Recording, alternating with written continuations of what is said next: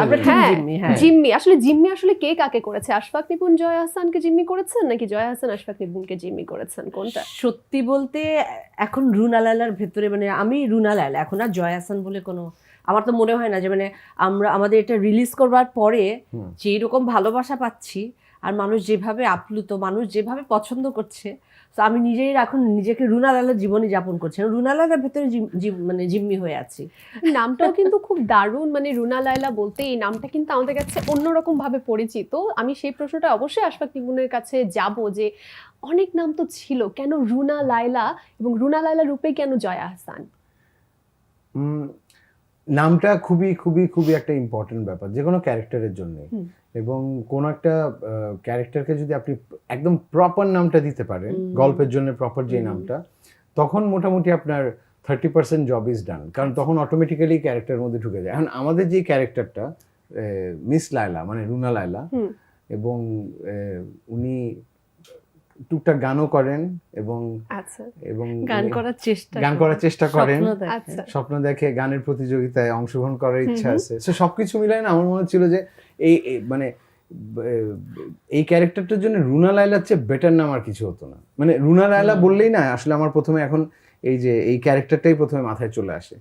তো ক্যারেক্টারটার মধ্যে যে এই ধরনের শেড আছে, মানে লায়লা নামটার মধ্যে এক ধরনের মাল্টিপল শেডস কিন্তু কাজ করে, যে 8-10টা নর্মাল নামের মতো না।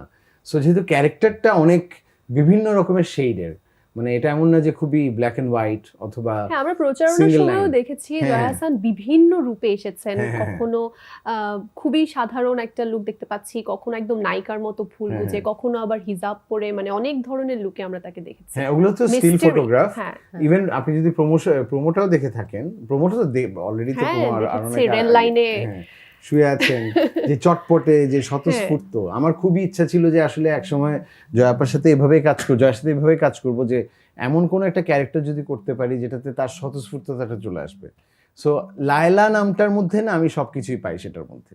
হ্যাঁ, আমারও সেটা, মানে আমিও যখনই আমাকে বললো যে আমার চরিত্রের নাম রুনা লায়লা, মানে আমি তখনই এটা প্রেমে পড়ে গেলাম।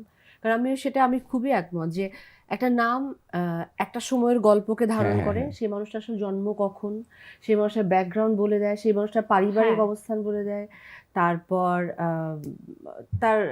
তার অনেক কিছু কিন্তু বলে দেয় একটা নাম। এভাবে কিন্তু আসলে কখনো ভাবিনি, কিন্তু আপনি যখন বললেন যে নাম শুনে কিন্তু ব্যাকগ্রাউন্ড সম্পর্কেও বোঝা যায়, তার বাবা মা কেমন চিন্তা করে সেটাও বোঝা যায়। মানে লায়লা নামটা সামাজিক এক্স্যাক্টলি, সেটাও বোঝা যায়। কিছু ক্ষেত্রে আমাদের মানে ধর্মটাও বোঝা যায় না, সেটা তো অবশ্যই আমাদের ক্ষেত্রে নিপুণ। আমি বেশিরভাগ ক্ষেত্রে দেখেছি যে যখন আমি অনেক কাজ করতে যাই, স্ক্রিপ্ট ভালো, অনেক কিছু ভালো, কিন্তু কেউ না নামটা নিয়ে এত ডিপলি ভাবে না।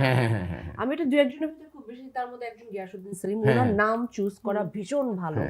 তো তারপরে আমি অনেকদিন পর আরো আছে অনেকেই ভীষণ ভালো, কিন্তু অনেকেই আবার দেখেছি আচ্ছা হ্যাঁ আমি আমার বোনের নামটা দিয়ে দিই কান্তা, আমি আমার বাচ্চার নামটা দিয়ে দিই, বান্ধবীর নামটা দিয়ে দিই, হ্যাঁ এটা করে ফেলে। কিন্তু এটা আসলে এটা নয় জিনিসটা, এটা এক্স্যাক্টলি ওটা হয় না। বেশ মানে নামে 30% কিন্তু লিটারালি এগিয়ে যায়।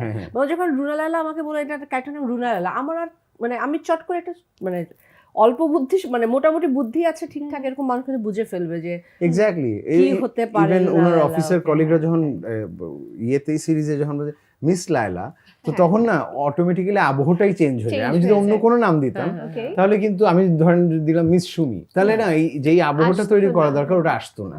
সো সেই কারণে নামটা খুব লায়লা নাম শুনেই প্রেমে পড়ে গেছেন, এবং এই জিনিসটা আগে থেকেই আমি জানি, এই মুভির আগে থেকেই যখন মানে প্রচারণার সময়টা থেকে বারবারই বলছিলেন, এবং আমি নাম নিয়ে শুধুমাত্র প্রশ্নটা করলাম আর দুজনের কাছ থেকে কিন্তু পুরোপুরি বুঝলাম যে নামটাই কতটা গুরুত্বপূর্ণ ছিল এই পুরো সিরিজের জন্য।